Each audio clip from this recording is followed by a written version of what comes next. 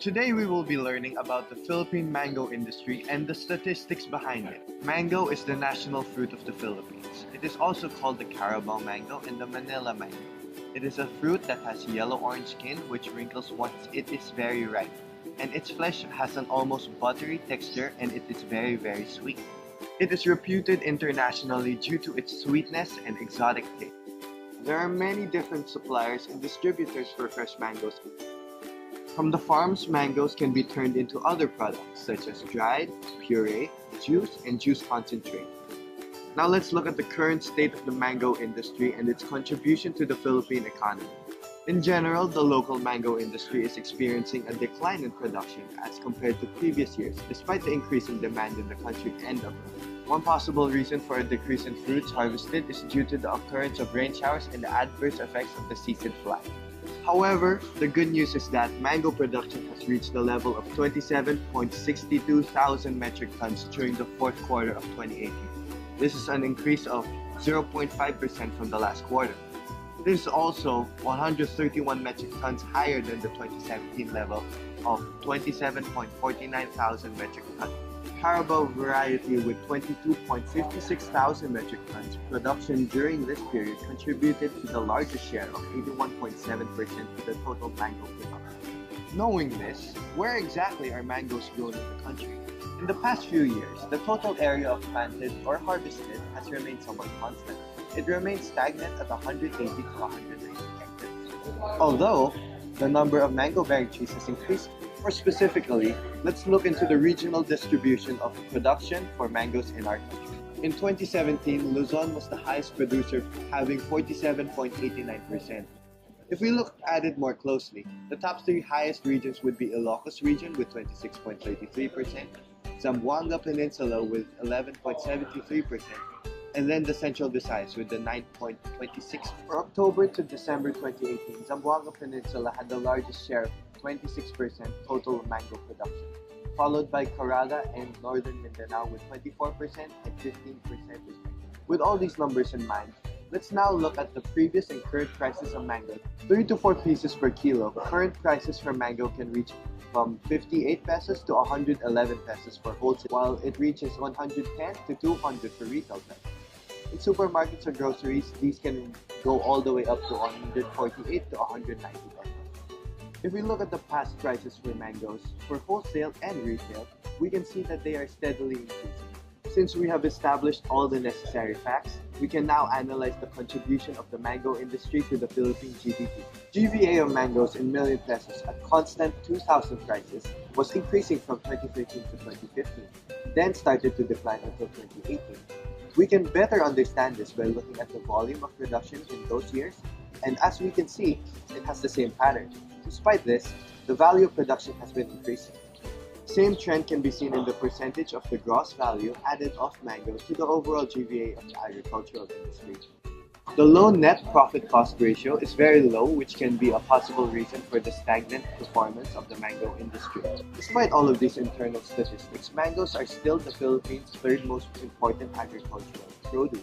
In terms of export earnings after bananas and pineapples, Philippine mango is exported to the US, Asian, and European markets. It is the 11th highest mango producing country in the world, making it responsible for 3.5% of the world production.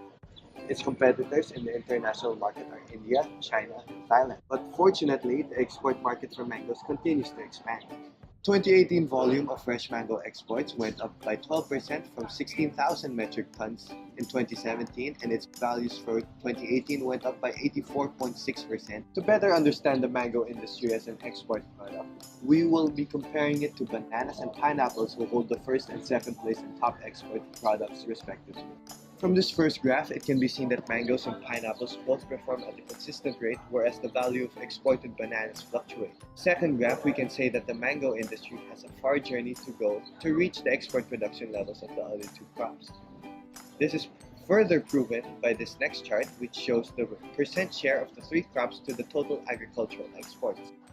This next graph shows us that all three fruits have been performing similarly in terms of exchanges or the growth rate in volume of export production.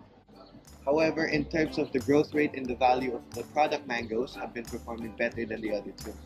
After analyzing the performance of the mango industry as an agricultural commodity and as an export product, we can now look into some policies that regulate the industry.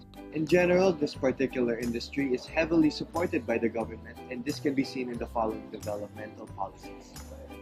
First is the Philippine Mango Development Act of 2016.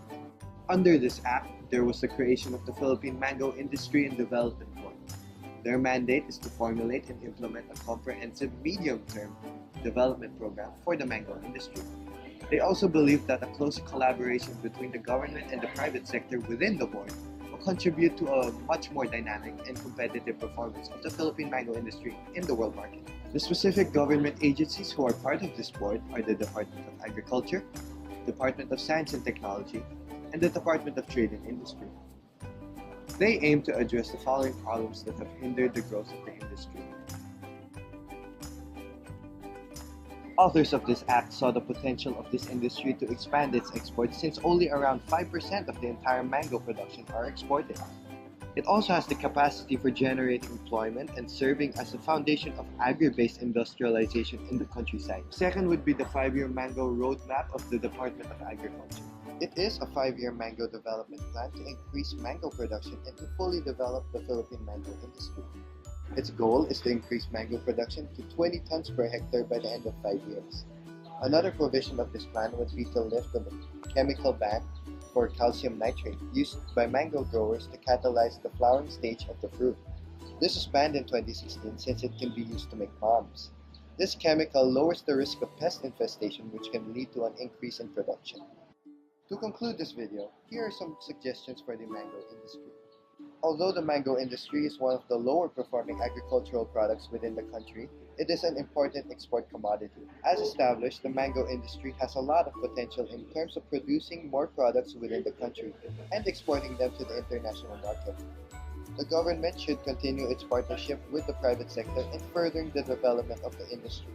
Certain things they can look at is into new agricultural technologies and planting and harvesting, which might be able to lower the cost of the product.